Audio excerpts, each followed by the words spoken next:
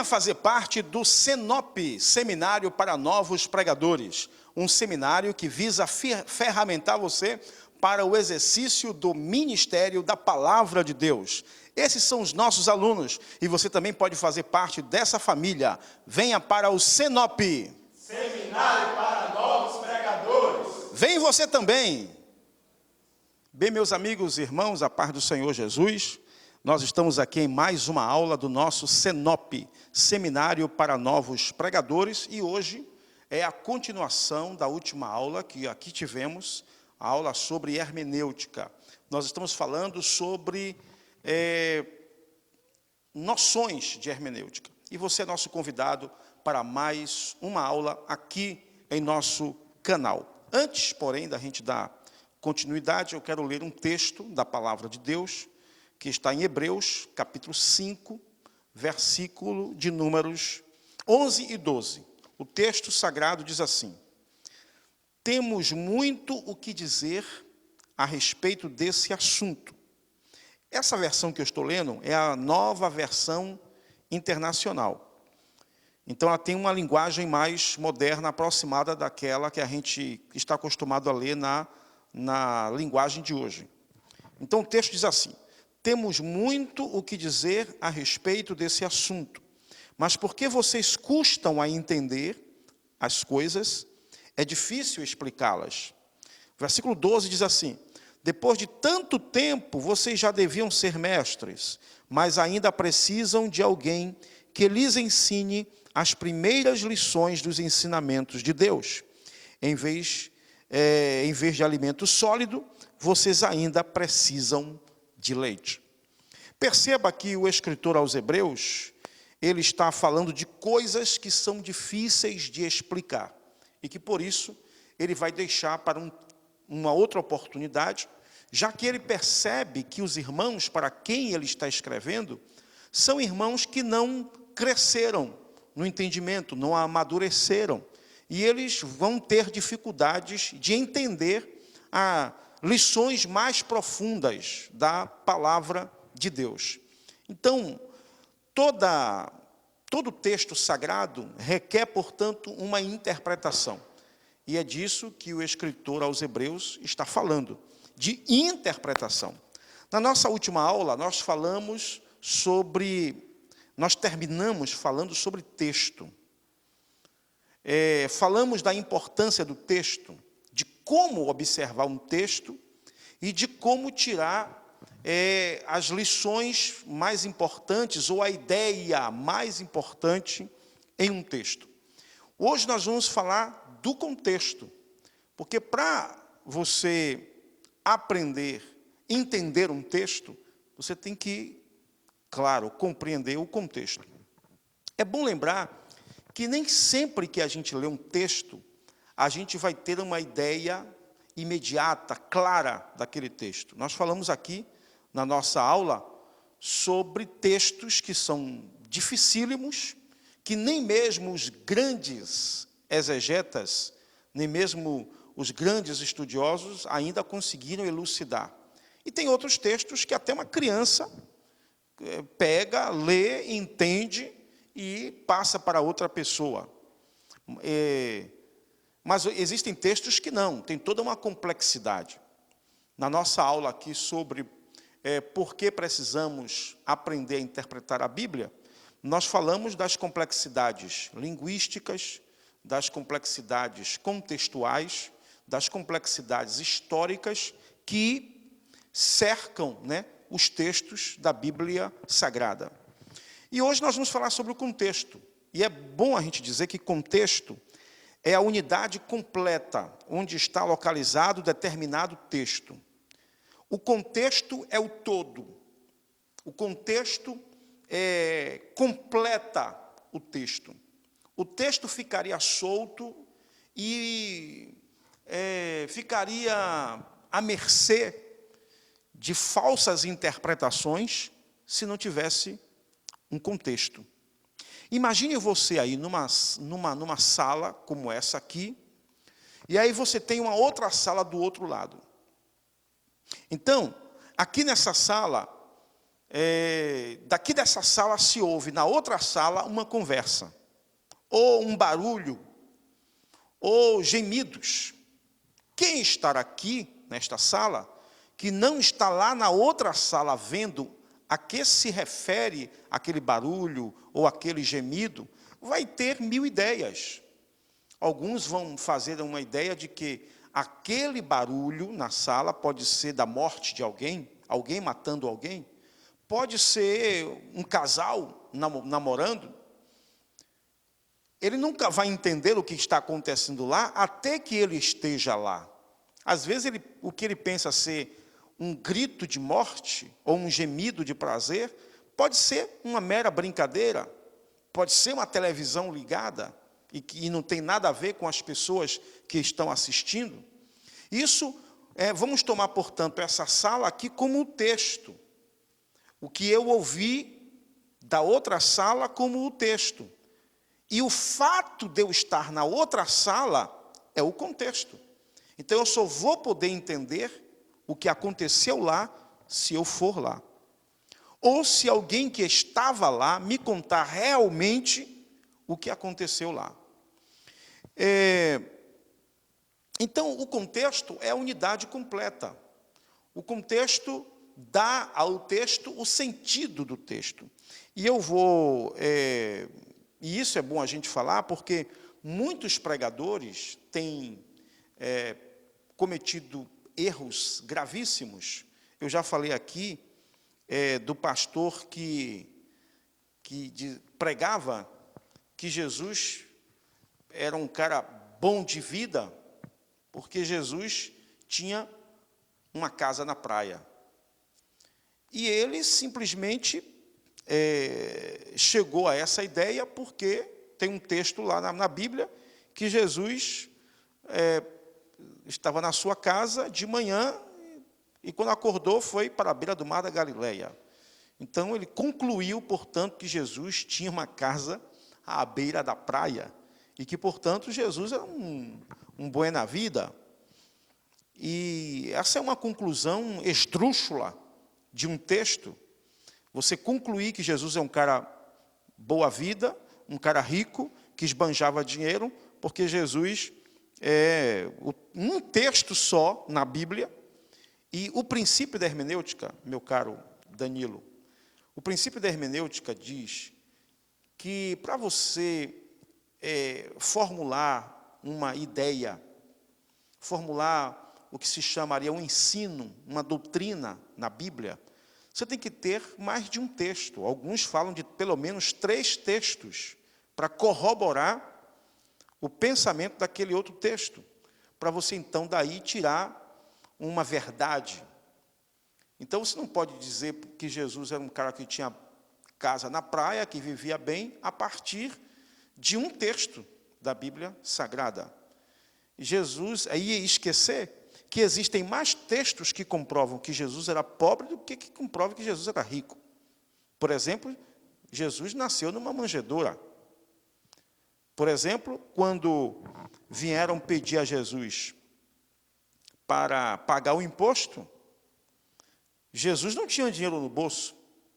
Jesus mandou Pedro jogar um anzol lá no mar e veio um peixe, e naquele peixe veio as moedas que eram suficientes para pagarem o imposto de Jesus e o imposto de Pedro. A Bíblia diz que haviam mulheres que serviam a Jesus com as suas ofertas. Se Jesus fosse um cara boa vida, ele não precisaria que as mulheres doassem dinheiro para ele. A Bíblia diz também que um dia Jesus falou assim: o Filho do Homem não tem onde reclinar a cabeça. Então, existem mais textos que comprovam as limitações financeiras de Jesus do que falem de que Jesus era um cara boa vida. Então, essas interpretações equivocadas, elas são justamente resultado de uma falta de consulta aos contextos dos textos. Então, existem 3 tipos de contexto. O primeiro chama-se contexto imediato. O contexto imediato, é aquele que vem ali próximo do texto. Claro, o nome já está dizendo. Pode ser, alguns hermeneutas dizem que são os 3 versículos à frente ou os 3 versículos anteriores. Mas, na verdade, não se de 3 ou 2, não importa. É o texto mais à frente ou o texto mais atrás que lhe elucida o texto, que lhe esclarece o texto. Então, esse é chamado de contexto imediato.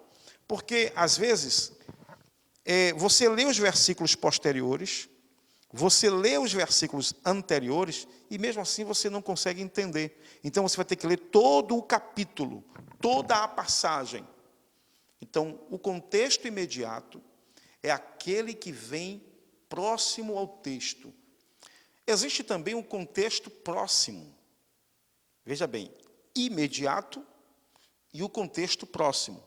O contexto próximo pode ser o livro onde se encontra aquele texto. Muito bem, eu li um texto, não compreendi aquele texto.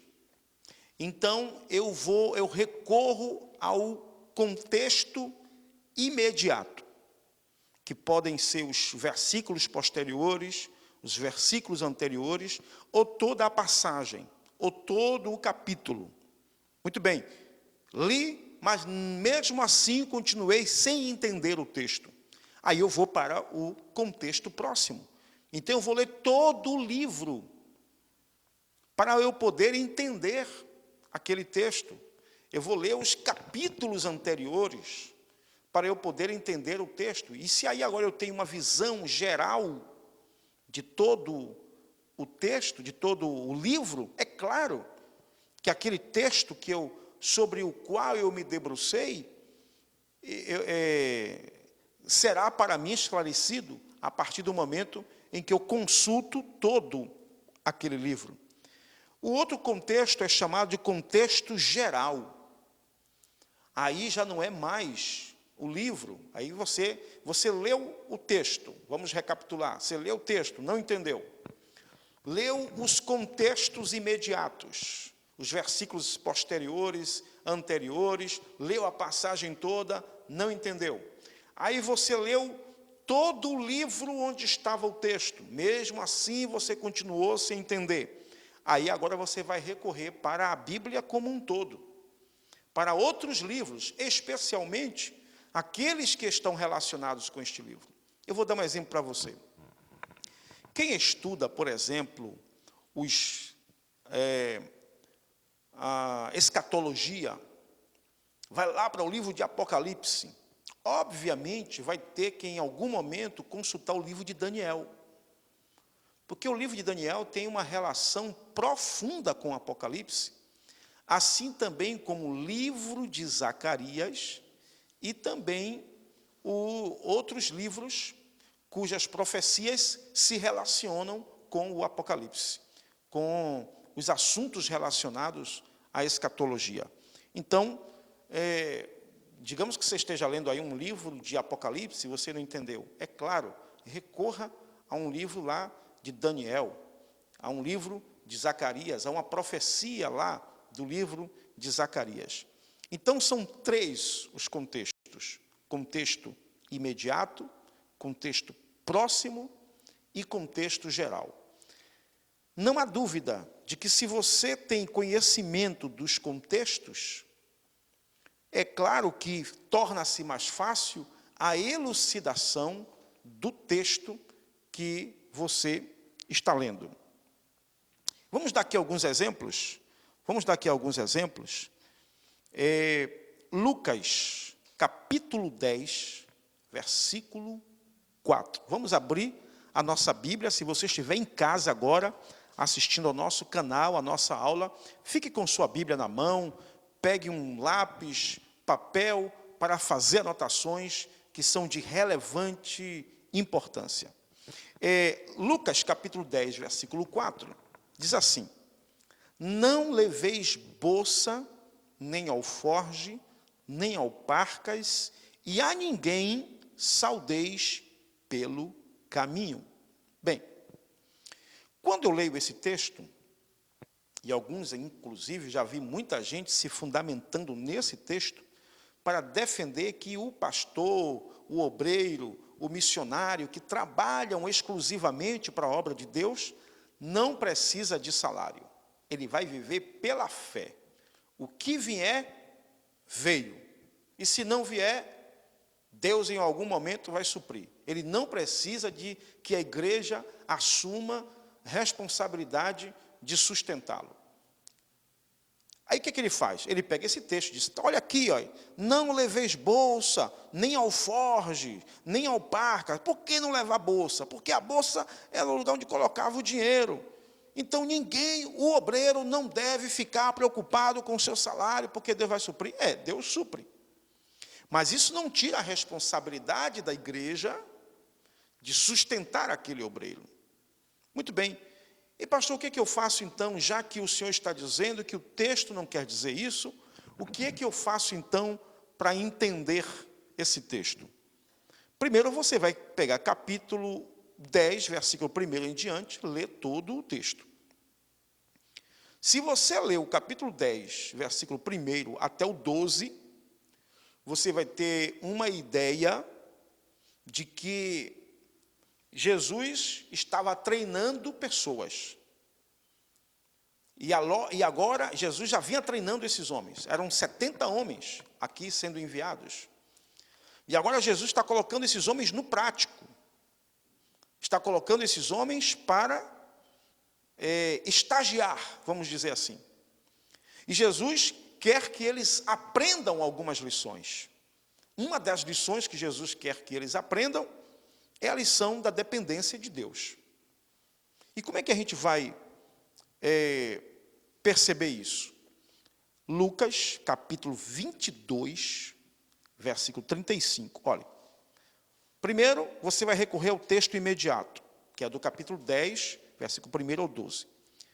Se esse texto não ficar muito bem claro para você, aí você vai para o contexto próximo, que é Lucas 22, versículo 35. E Lucas 22, 35 e 36 dizem assim: E disse-lhes, quando vos mandei sem bolsa, alforge ou alparcas, faltou-vos porventura alguma coisa? Eles responderam, nada. Disse-lhes, pois, mas agora, olha só, o mesmo Jesus que disse, vá sem bolsa, olha o que ele diz, mas agora, aquele que tiver bolsa, tome-a, como também o alforge, e o que não tem espada, venda a sua capa e compre-a. Você percebeu, meu irmão? O mesmo Jesus que disse, não leve bolsa, agora está dizendo, não leve. Então você percebe a incoerência da parte de Jesus? Não. Porque no versículo 35, estabelece-se a ideia, o motivo pelo qual Jesus mandou eles sem bolsa. Porque Jesus pergunta assim, quando vos mandei sem bolsa, alforge ou alparcas, faltou-vos porventura alguma coisa? É claro que Jesus está querendo dar a lição de quê? Da dependência de Deus. Jesus está querendo dizer assim, olha, faltou uma coisa para vocês? Vocês vão aprender que no ministério, quando um homem de Deus é enviado, quando missionários são enviados, pastores são enviados para cuidar do rebanho, para ganhar almas, Deus é o seu supridor. Deus é aquele que vai suprir as necessidades de vocês. Eles disseram nada. Então Jesus queria dizer, muito bem, aquilo ali foi uma espécie de treinamento para vocês. Vocês já aprenderam a lição. Jesus queria uma coisa, queridos, que eles não confiassem nas coisas terrenas. Eles não confiassem no seu dinheiro, nas suas posses. Por isso que Jesus diz, agora, aquele que tiver bolsa, tome-a, como também o alforge, e o que não tem espada, venda a sua capa e compre-a. Isto é, providencie os meios para não faltar nada no caminho para vocês, nem comida, nem roupa e nem proteção, porque ele manda vender a capa para comprar uma espada. A espada era para proteção naqueles caminhos perigosos daquela época. Então, queridos, muito bem, mas mesmo que você leia esse texto e não tenha ainda uma compreensão no contexto próximo, aí você vai para o contexto geral.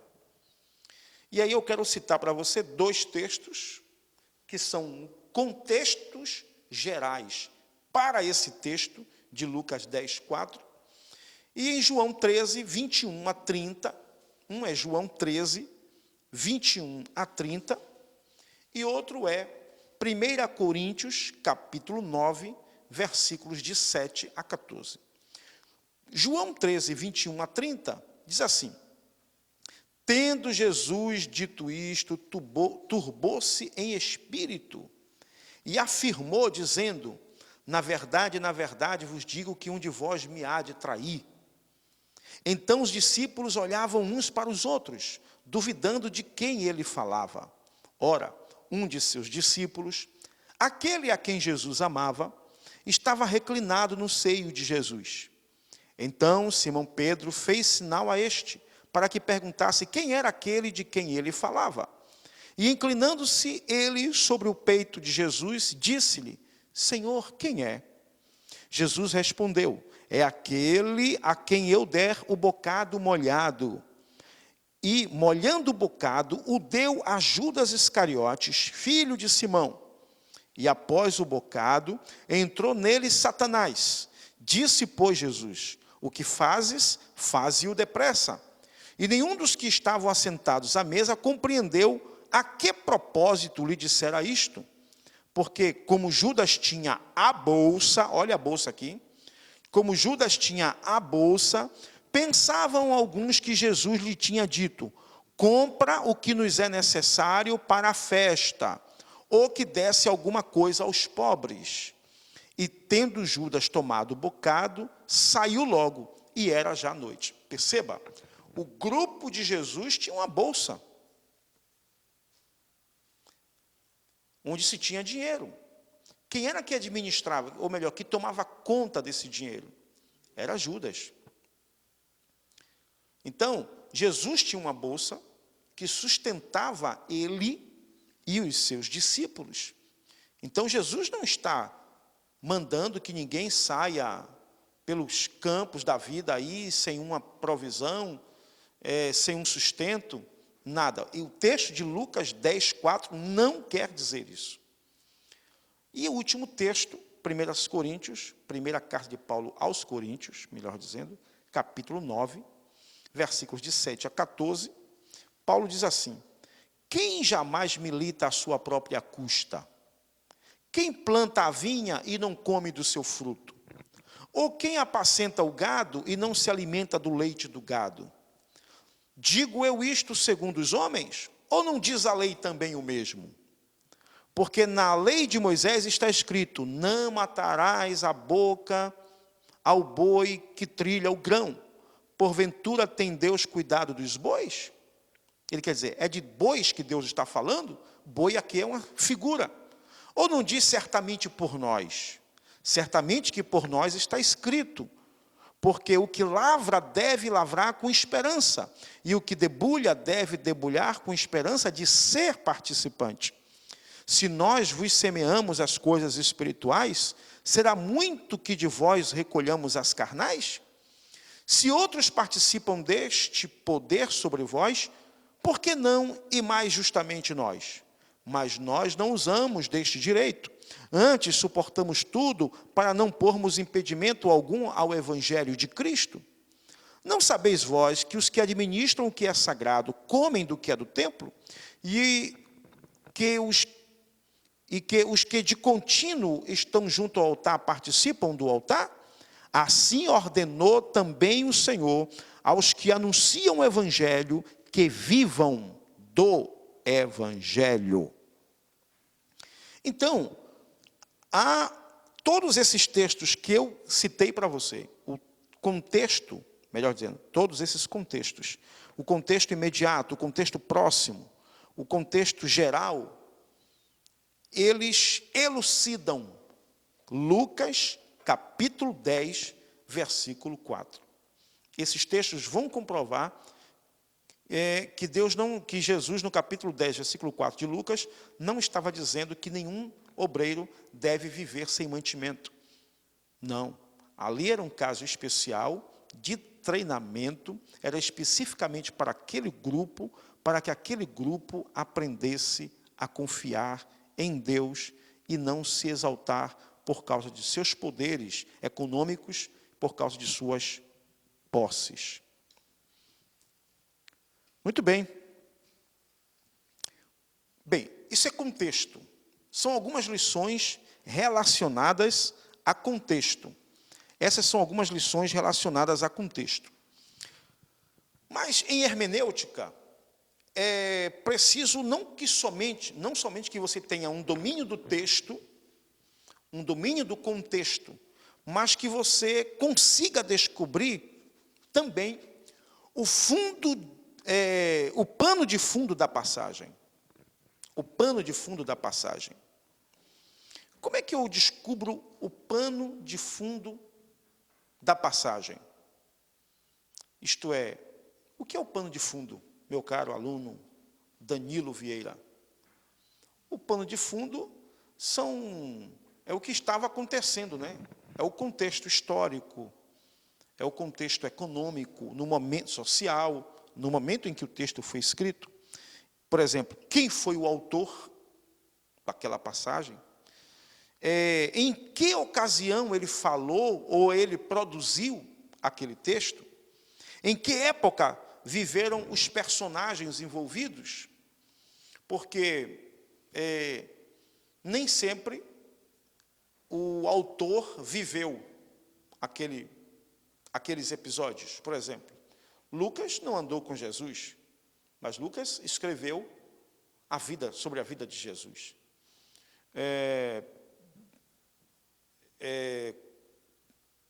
Moisés não conheceu Adão, mas Moisés recebeu a revelação de Deus, como o que aconteceu com Adão, e escreveu. Então, nem sempre o autor, ele viveu a história junto com os personagens. Então, é importante que você saiba a época em que viveram os personagens envolvidos naquele episódio.